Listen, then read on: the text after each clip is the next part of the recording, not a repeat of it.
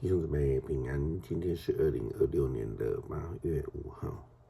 今天的经文是诗篇17篇第1节到第7节15节，以赛亚书第43章第1节到第7节，马太福音15章32节到39节。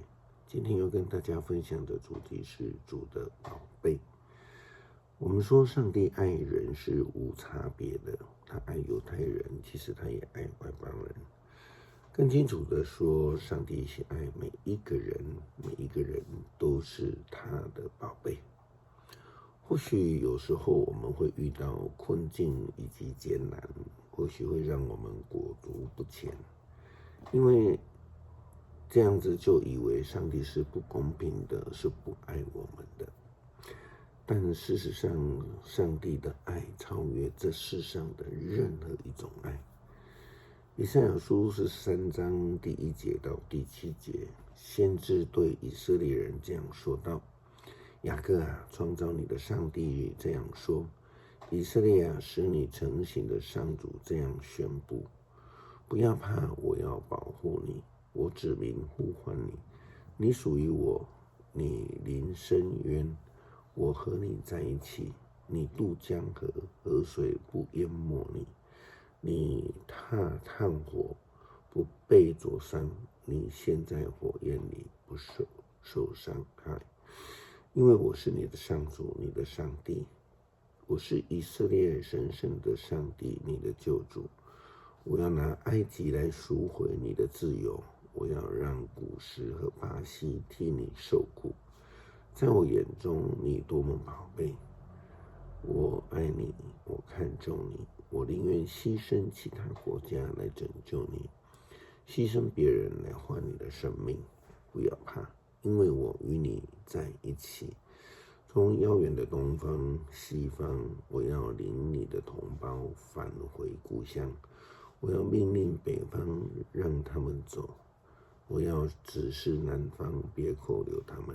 我的子女从遥远的地方，从世界各角落回归故国，他们是我的子民，我为了自己的荣耀造了他们。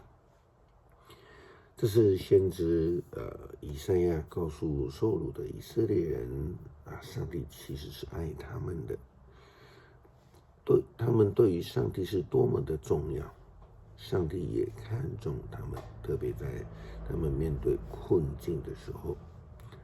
耶稣基督曾经喂养5000人吃饱，在学生还没有找他说天已经暗了，让他们自己去附近买东西吃吧。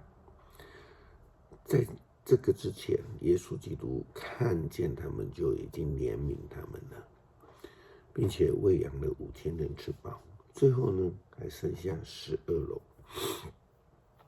神学家认为这是在表达上帝爱以色列人。那今天的经文呢，告诉我们耶稣基督喂养了4000人，后来剩下了7篓，这意表了耶稣基督对外邦人的爱。7代表外邦。耶稣基督说：我真可怜这群人。他以同理之心来爱人，把外邦人也当成宝贝。马太福音15章32节到39节，耶稣叫他的门徒来说：我体贴这一群人，他们跟我在一起已经3天了，现在没有什么东西可吃的了，我不愿意叫他们饿着回去，恐怕会在路上晕倒。门徒说：在这偏僻的地方，我们哪里去找足够的食物给这一大群人吃饱呢？耶稣问他们：你们有多少饼？他们回答：7个饼和几条小鱼。耶稣吩咐群众坐在地上，就拿起那7个饼和几条小鱼，感谢上帝，拨开递给门徒，门徒又分给群众，大家都吃，而且吃饱了。